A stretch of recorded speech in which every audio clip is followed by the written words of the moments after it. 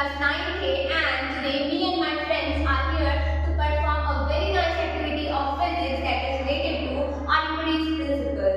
So we are going to perform this activity. Before proceeding the activity, I want to introduce to our friends. She is Ananya, she is Anjali, and he is Hardik, who are going to perform this activity. So let's start this activity. So to understand Archimedes principle, let us understand about buoyancy. So buoyancy is defined as the tendency of the liquid to exert an upward force on the body.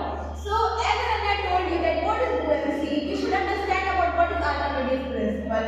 When an object is immersed in a liquid, then it creates an upward force which is known as buoyant force, and the magnitude of that force is equal to the liquid displaced by that object. So performing this activity, we require certain materials. The materials are as follows. This is measuring cylinder in which the volume of distilled water is measured.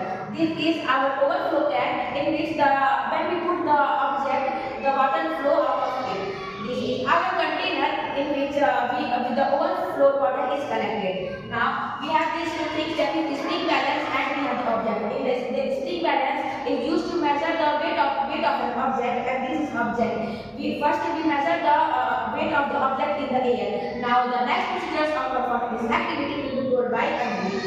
So this is our spring balance and this is the object. Firstly, we will measure the weight of the object in atmosphere, or we can say in air. So you can see that the weight of object is about 200 Newton, and then we will place this object in water.